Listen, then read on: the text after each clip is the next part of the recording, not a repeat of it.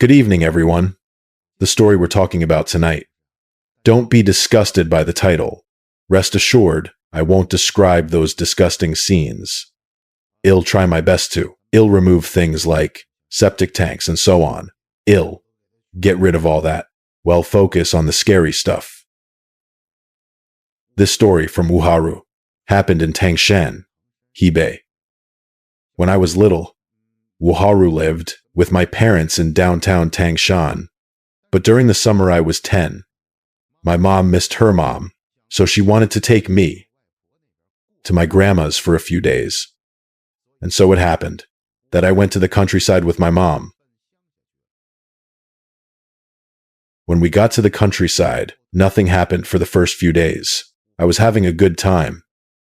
It wasn't until 3 days before we were about to leave that one night, I heard firecrackers in my grandma's village. So I asked my mom, "Mom, what's going on? Is it New Year's?" My mom then asked my grandma, "Mom, what's happening? Why are they setting off firecrackers?" And my grandma said, "Oh, someone in the village might have died. I heard them say this afternoon that they died in another village. But I only heard it from someone else. I am not sure. It's probably the Lao Mu family on the east side of the village, Hangzhou Bank." When I heard my grandma and mom talking, I realized someone had died in the village, so I was really scared that night. I held my mom really tight all night. I slept with my mom. But when I woke up the next morning, around 7 a.m., I was woken up by some really scary music. I don't think I was woken up because I was a coward. Any Chinese person would be scared by it, because it was obvious that in the morning, my grandma's neighbor was playing funeral music on a loudspeaker. I woke up first, and I immediately nudged my mom. My mom said, "What's that? What is this? Why are they playing this kind of music?" My mom was also panicked. She got up, and we went outside. We saw my grandma sitting in the yard. Before we could say anything, my grandma said to my mom, "Listen, listen, someone died." Oh, the daughter from the Lao Mu family died. It was a horrible death. After my grandma said that, my mom naturally had to ask her about it. The rest of the story is what I heard from their conversation. It turned out that the Lao Mu family on the east side of the village had a second daughter. She wasn't very old. They were about 22 or 23. But then they went to another village to hang out. And then they weren't used to the bathrooms in that village. And by accident, they fell into the septic tank by the bathroom door. You'd think you could climb out of a septic tank, but they were unlucky. After they stepped on the manhole cover and it flipped over, the cover just stayed there, and then it covered the hole, so they fell in, and the cover closed on top. People realized they were missing. They didn't know where they went. They looked for them for a long time, and finally found them in the well. But by the time they found them, they had been poisoned by methane and had choked on the feces. They were already dead. Old Mu's daughter died a horrible death. She choked to death on poop. So the Mu family took their daughter's funeral very seriously. They made it a big one. It was a big deal at my grandma's for days. Because of this, my mom and I stayed with my grandma for a few more days, because we were afraid she'd be scared alone at home. The decision my mom made was clearly wrong, because as I was staying with my grandma, on the third day, strange things started happening to me. This started on the third night of old Mu's daughter's funeral. That night, I was lying down at home. My mom and grandma were talking in the living room. I was alone, lying in the bedroom with the door open. Suddenly, I saw someone standing outside my grandma's window. Their hair was a mess. I couldn't see them clearly, but their silhouette was obvious. Their hair was all frizzy, and they were pretty big. Quite tall. They were standing right under my grandma's window, and their shadow was on the glass. I could see it very clearly. I was scared all of a sudden. Who is that? Who is that? But since the window was so close to the living room, I didn't dare call out to my grandma and mom. So I just hid in my blanket, covering my eyes with the blanket. Dobavi. But after a while, I couldn't help it. I lifted the blanket again to look outside. But what I saw terrified me. Because that woman outside, I don't know if she climbed or floated up, but she was on the upper part of my grandma's big window. The bottom half of my grandma's window was frosted glass, so you couldn't see inside. Many people in the countryside build houses like this, but the top half of the glass, for sunlight, was completely transparent. So I saw everything. I could see it very clearly. At that time, the woman was right on my grandma's upper window, and she was standing up high, looking at me. And the woman's body was all dirty. I don't know what she had on her. I was holding the blanket. I pulled the blanket back a bit, and that's how I was watching. At first I thought she hadn't seen me, but when I looked at the angle of her eyes again, she was staring right at me. Suddenly, I pulled the blanket back in. And then I didn't dare pull the blanket back again. I waited for maybe a dozen seconds. I couldn't stand it anymore. I yelled for my mom from under the blanket. Mom! My mom was outside talking to my grandma. When she heard me call her, she probably thought I was awake or something, and she immediately ran into the room. Then, as soon as I heard my mom running towards me, I pulled the blanket down. Then, I quickly jumped to the floor, and I ran to hug my mom. Mom, there's someone outside the window. But when my mom heard what I said, and looked with me out the window again, the woman had already disappeared. So now that you've heard this story, do you think it's a false alarm? It should be fine. That woman was probably just trying to scare me. But let me tell you, you're wrong, because after this happened, not even an hour went by, and I started to feel sick. No energy, shaking all over. By the time it was after 10 p.m., I had a fever. Because my fever came on so suddenly, my mom was very worried, and my grandma's village was quite remote, very far from the town. Taking me to the hospital quickly wasn't an option. So my grandma got angry. But her anger wasn't directed at me. It was directed at the woman who had scared me. That day, I was lying in the room with a fever, in and out of consciousness. I heard my grandma standing in the yard swearing, all kinds of curse words. She swore for a good several minutes. In my whole life, I'd never heard my grandma say such awful things, but the more my grandma said, the more scared I got. I felt like my grandma was going to provoke her, and then she would come back for me. She wouldn't let me go. At that time, I didn't have the strength to stop her. In my small body, all I could do was endure it with my mom by my side. I made it.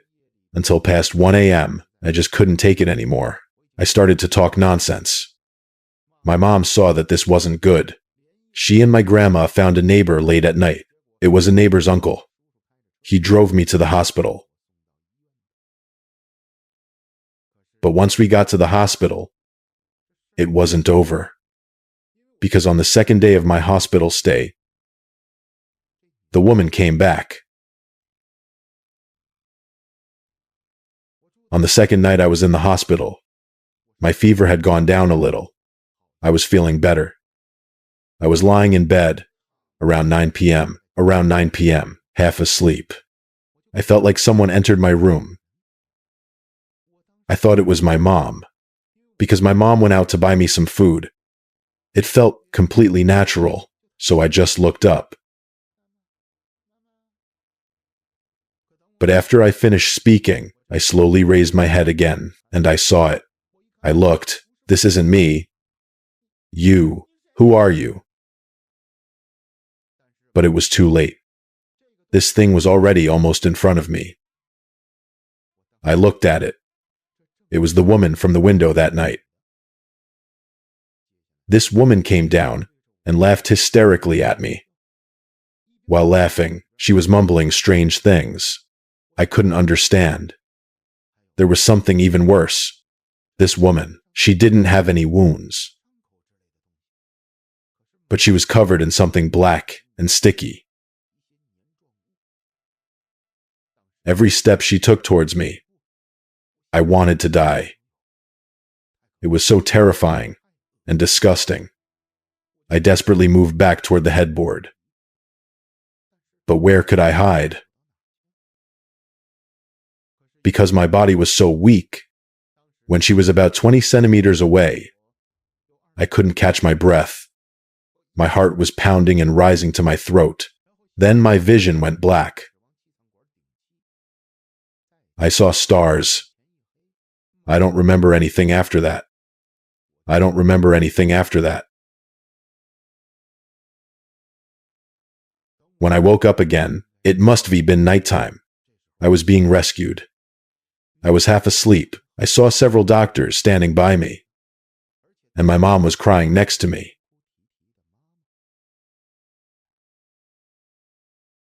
But I was healthy. I've always been strong. I gradually got better that night. But I could tell. My mom was very angry. She hated that woman because I didn't provoke her. I didn't bother her at all. And her death had nothing to do with us. Why would she come for me? There's an old Chinese saying, a cornered rabbit will bite. My mom is a kind and gentle woman, but she would never allow anyone to hurt her daughter. She would never allow it. So the next day, my mom contacted my grandma. She told her everything, and she emphasized that this thing has even followed us to the hospital. When my grandma heard that, she was furious. She couldn't care less anymore. She went and found the old carpenter that night, the one who was mourning his daughter. After she found his house, she confronted his family. She told them not to wait 7 days to bury the body. Bury your daughter quickly. She's haunting my granddaughter.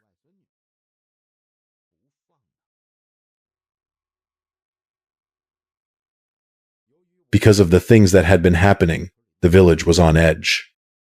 A few families in the village, I don't know if it's true or not, also said they saw the girl.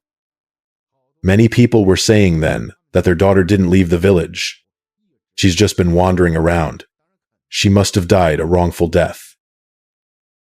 It was something no one could stand. So it wasn't just my grandma who was upset with them.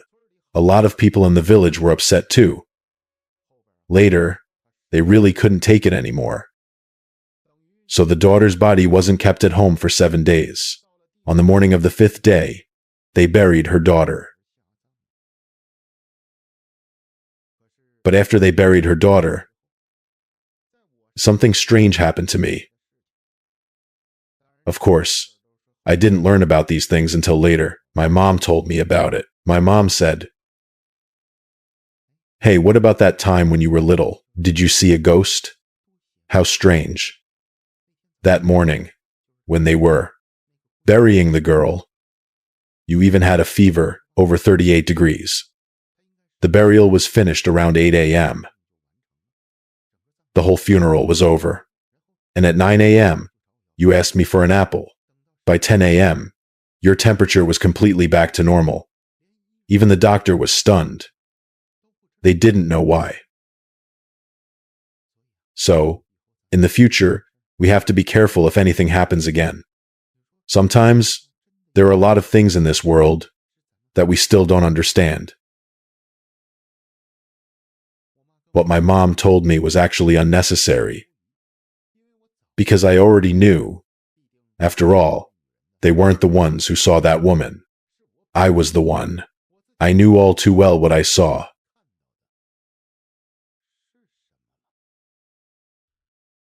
Good evening, everyone. Tonight, we're going to talk about a hospital story. It's been a while since we talked about a hospital story. But first, a heads up. This story is both infuriating and satisfying. But it's also quite scary. This guy is from Beijing, but he's not a native of Beijing. He is now a Beijing resident. He was born in Sichuan. So the story he's telling isn't from Beijing. It happened in Sichuan. There's a story. I almost said it wrong. I almost said that thing. The story he told starts when he was very young. He was very young. Let's start there. When he was little, his parents were very busy with work. He said, I had to go with my mom and dad to their workplace every day. There was no other way, especially after I started elementary school. After school, I would basically stay at my mom's workplace. My mom worked at a hospital in our area. The hospital was quite big. My mom was a small section chief there. She was a small leader, so she had some authority. Bringing a child to work was fine, as long as the main boss didn't say anything. Nobody would bother me. And I was well behaved as a kid. I would just stay in my mom's office. I would do my homework. And my mom's department wasn't one that saw patients every day, so it was relatively good. But then, in the second half of second grade, one day, it was a Tuesday. I didn't have classes on Tuesday afternoons. It was around 2 p.m. I was in my mom's office, doing my homework. I heard a wailing sound coming from downstairs, from my mom's office building. At the time, I was so young and inexperienced, so it sounded like a donkey's bray at first. It was a sound like, woo. But later I realized it seemed to be a man crying, and his crying was incredibly loud. I was really scared then. My mom wasn't in her office, so I ran out to look for her. When I found my mom, she was talking to her colleagues. They were discussing what happened downstairs. Later, I realized from their conversation that something had happened on the floor below my mom's. It seemed to be a patient's family member begging the hospital to save his wife. I never would have thought. What happened that afternoon was pretty terrifying. I never expected it would lead to such a serious incident later. The whole thing went on for over 3 months. For the next 3 months, whenever I went to my mom's hospital, many of the nurses and other staff were all discussing this incident. I even spread the news at my school. At that time, I even became famous at school. This incident was quite famous in our city, and even my teachers asked me about this strange event at my mom's hospital. You can imagine how scary this thing was. But the next thing I am going to tell you wasn't something I experienced myself. I was hazy about it, and I didn't know what was happening. Some things were put together piece by piece. About 20 years after the incident, I heard it from my mom's colleagues. So, I am going to tell you about the crying I heard that day. How did the crying start that day? What was it all about? A patient came from a village near us. The patient was pregnant. This patient was giving birth. She was originally planning to give birth in the village. She didn't want to come to a big hospital like ours, but she couldn't give birth when the time came. She and her husband tried everything. At the time, they even looked for a midwife or went to the small hospital in their town.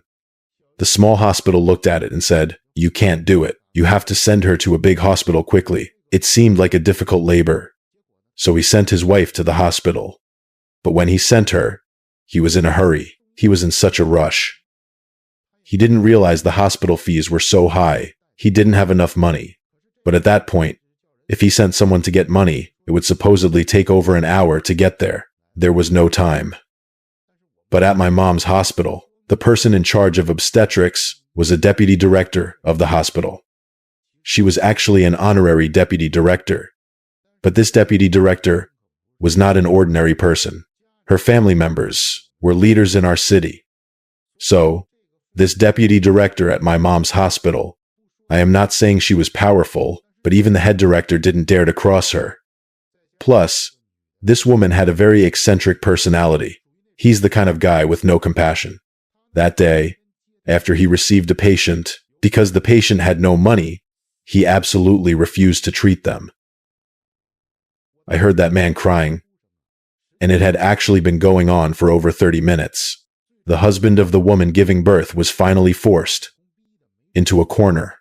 While crying in the hospital, he knelt down in front of the head of the hospital's obstetrics and gynecology department. But that wasn't enough. The hospital wouldn't let her give birth. And then, after a long time, maybe about an hour, my mom said, a bystander, an old lady, looked like she was well educated. She wasn't an ordinary person. She couldn't stand it anymore. It was so heartless. The old lady didn't hesitate and gave some money to the man to cover the cost. Basically, he met a kind person. Only then did they reluctantly push the man's wife into the operating room. But after she went into the operating room, it was too late. Although nothing happened to his wife, the baby in her belly was stillborn. After that, their family certainly wouldn't let it go, even though they were from the countryside. They came right over. Over 20 people surrounded the hospital. They caused a scene at my mom's hospital. But no matter what they did, it was useless. The hospital had a very strong backing. They couldn't be messed with. In the end, it seemed they were only compensated a couple hundred yuan, and the matter was settled. After it was settled, the entire hospital was talking about it, but they were angry and didn't dare speak out. No one could mess with that honorary vice president or whatever he was. He was the head of the obstetrics department. Nobody dared to mess with him. So this matter was just suppressed and went away. Then, a month and a half later, the daughter-in-law of the vice president's eldest son was giving birth. Since his daughter-in-law was giving birth, needless to say, he was in charge. He brought his daughter-in-law to our hospital, which is my mom's hospital. But on the day she was delivering, something terrible happened. On the day of the incident, when she was giving birth, everything was going smoothly at first. Even during the delivery, there were no complications.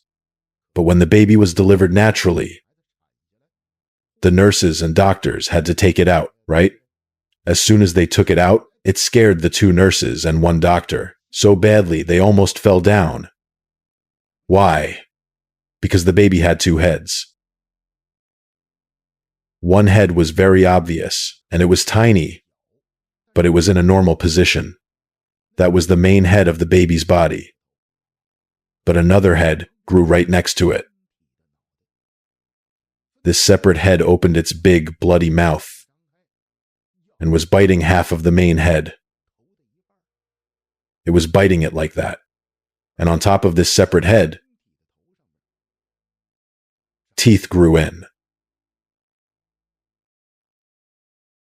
My mom's hospital has been around for many years. It's an old hospital. The doctors and nurses are all veterans. They've seen everything. It's not that there are no deformed fetuses, but one this horrible. This is the first time. The whole delivery room was a mess. Especially the two younger nurses. They couldn't handle it emotionally. They've never seen anything like that. It's bloody, right? After seeing it, they just started screaming. The entire maternity ward was in chaos. But the chaos in the maternity ward isn't the important part. After all, they're delivery nurses, and the doctors. They can just take a moment and look away. Wouldn't that be enough, right? The scariest part is what happened next. It's the daughter-in-law. The daughter-in-law was conscious at the time. She didn't faint. She immediately asked the doctor what was wrong. What happened? Show it to me. But the doctor, due to professional ethics, couldn't show it to her. They were afraid the patient couldn't handle it. So they quickly wrapped up the baby and put it aside. And you can't forget, the big head next to it was biting the small head. So they didn't just put it aside. There had to be a doctor there to control it. If you didn't control it, the other head would bite down. Can you understand the situation at the time? But don't forget, you can't fight a leader's family. The daughter-in-law quickly got angry. After getting angry, the daughter-in-law, lying there, started swearing, "Are you looking for death?" Meaning, do you not want to work here anymore? Do you know who I am? The things she said were very unpleasant. It made the chief doctor lose his temper. He got emotional. "Okay, if you want to see,